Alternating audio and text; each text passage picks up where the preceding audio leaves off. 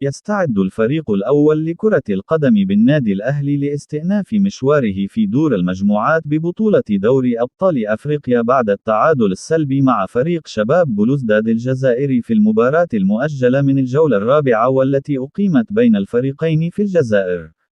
وسيلتقي النادي الأهلي في المباراة القادمة مع فريق مديام الغاني في الجولة الخامسة بدور المجموعات بدوري أبطال أفريقيا يوم الجمعة المقبل 23 فبراير في 6 مساء بتوقيت القاهرة 7 بتوقيت السعودية وقطر على ملعب الفريق الغاني، وستذاع المباراة عبر قناة بي إن سبورت القطرية.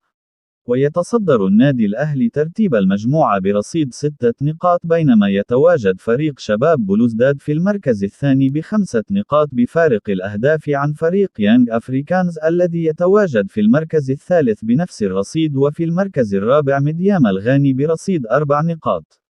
وتم تأجيل مباراة النادي الأهلي وطلائع الجيش في الدوري المصري والتي كان مقرر إقامتها يوم الاثنين المقبل لأنها تسبق مباراة الأهلي القادمة في دوري أبطال أفريقيا بأيام قليلة. وتأكد غياب مروان عطية عن مباراة النادي الأهلي القادمة في دوري أبطال أفريقيا بسبب تراكم الإنذارات بعد حصوله على بطاقة صفراء في مباراة شباب بلوزداد الأخيرة. ويتبقى للنادي الأهلي مباراتين في مرحلة المجموعات بدوري أبطال أفريقيا، المباراة الأولى أمام مديام الغاني خارج ملعبه والثانية أمام يانج أفريكانز في القاهرة. وفي حالة فوز النادي الأهلي في المباراتين القادمتين سيتأهل رسميا متصدرا المجموعة دون النظر لباقي النتائج، كما يكفي الفوز في مباراة واحدة من أجل التأهل رسميا.